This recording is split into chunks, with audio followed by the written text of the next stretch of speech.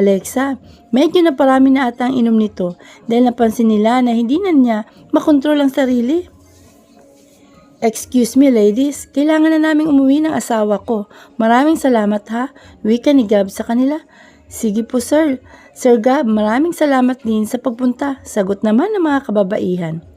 Dahil sa iisang sasakyan lang ang dala nila, ay una nilang inatid si Raymond. Saka sila umuwing dalawa. Inalalaya ni Gab si Alexa pag-akyat dahil nahihilo na daw ito. Nang nakaakyat sila ay umupo si Alexa sa kama. Tinangkang buksan ang zipper ng kanyang damit sa likod bago pumasok sa banyo pero nag-stuck ito. Gab, patulong naman sabi niya kay Gab na nagtatanggal naman ng sapatos. Bakit?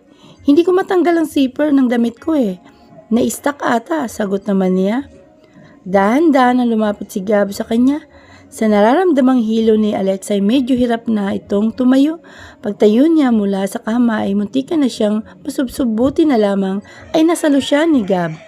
Napayakap sila sa isa't isa at nagdaiti ang kanilang mga katawan. Dahil sa hilo ni Alexa at sa nainom ay hindi na niya kayang kontrolin ang kanyang pagtayo kaya naman napasubsob siya kay Gab habang nagpapatulong ito na tanggalin ang zipper sa kanyang damit.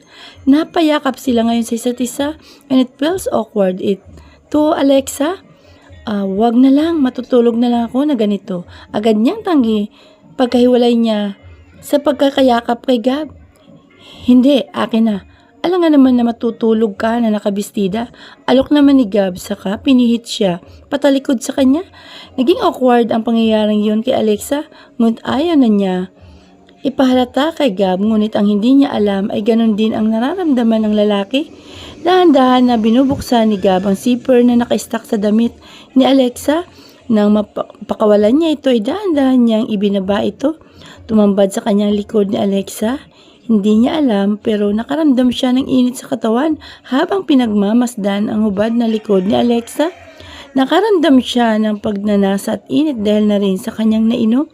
Walang sabi-sabi na niyakpos niya ang kanyang mga kamay sa bewang ni Alexa at dumaiti ang kanyang katawan sa likod ng asawa. Gab, anong ginagawa mo?